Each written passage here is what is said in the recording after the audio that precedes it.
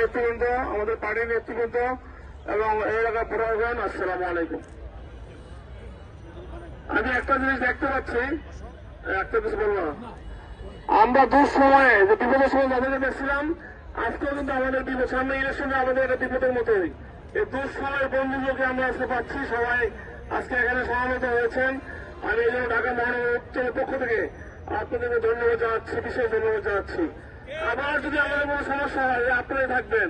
আপনারা বিএনপির সাথে ছিলেন, এখনো আছেন, ভবিষ্যতে আপনারাই থাকবেন। আপনাদের মূল কাজ হচ্ছে কালকে যে আমরা প্রোগ্রাম করবো, কালকে এটা কিন্তু জাহাঙ্গীর সাহেবের প্রোগ্রাম না, এটা আমার প্রোগ্রাম না, কিন্তু এটা আমাদের পার্টির চেয়ারম্যান শহীদ রাষ্ট্রপতি জিয়া রহমানের বড় সন্তান তারেক রহমানের প্রোগ্রাম করতে। এটা আপনাদের জানতে হবে, বুঝতে হবে। আমরা এই প্রোগ্রামের সাকসেসের উপর ডিপেন্ড করবে আমাদের নির্বাচনটা। আমি সবার উদ্দেশ্যে বলতে চাই, আমরা কালকেই নির্বাচনে শেষ করে নিতে চাই। এমন ভাবে আসবে লক্ষ লক্ষ যদি সমবেত হয়, তারেক রহমান যদি বক্তব্য দেয়, আমরা মনে করি কালকে আমাদের নির্বাচন শেষ হয়ে যাবে। আমরা সেই ব্যবস্থা করতে হবে। আমার ব্যাপকভাবে আমরা দেখতেছি 8টা থানার সভাপতি সেক্রেটারি কোথাও অ্যাবসেন্ট নেই, সবাই এখানে ছিল, আছেন।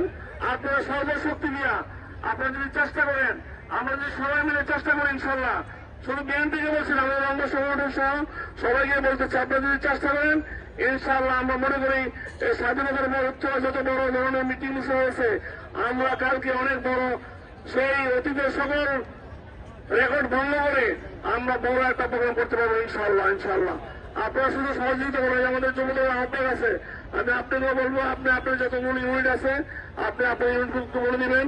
আমরা যেন সুন্দরভাবে সাকসেসফুলি বড় ধরনের একটা প্রোগ্রাম আয়োজন করতে যে ইচ্ছা পোষণ করছি, এটা আপনাদের সহযোগিতা সাকসেস হয়।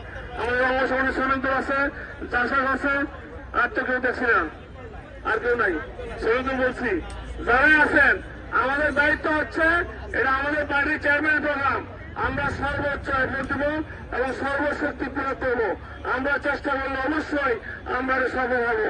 আমার নেতা কখন আসবে এটা কিন্তু আমরা বিভিন্ন জায়গায় প্রোগ্রাম করতে আসবে, দেরি হলেও আমাদের ধৈর্য ধারণ করে বসতে হবে।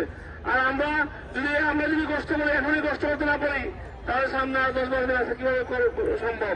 আমরা কাজেই আমি আপনাদের কাছে আহ্বান থাকবে, আপনারা কিন্তু 17 বছর অনেক কষ্ট করছেন, মামলা খাইছেন, জেল জুলুম, আমরা কিন্তু অনেক অত্যাচারিত হয়েছি।